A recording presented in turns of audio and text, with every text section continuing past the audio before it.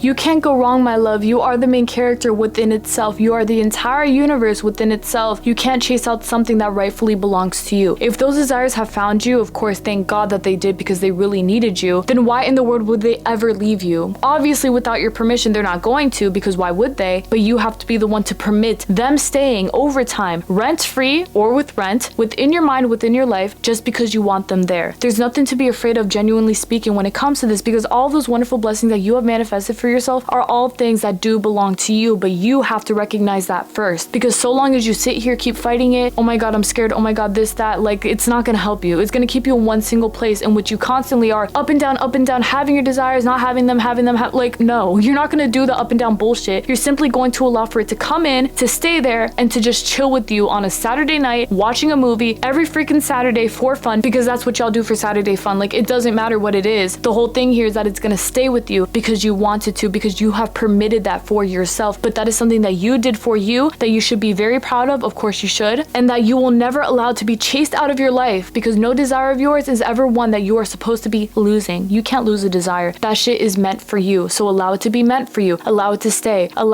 over time. Allow it to do what it needs to do for you, because it needs to do things for you, the main character, because you are the one who's in control. Nothing scary, nothing whatever, nothing little, I don't want to hear it. It doesn't matter. There's nothing scary about having what you want, so be okay with maintaining it in your life once you have those desires, because they do belong to you, because you said so. And that's always going to be it. That's always going to be it. But then anyway, guys, don't forget it. Remember exactly what I'm telling you. You do deserve the best. And of course you do. You already knew that. That's exactly why you're maintaining it now, because we said so. And that's it.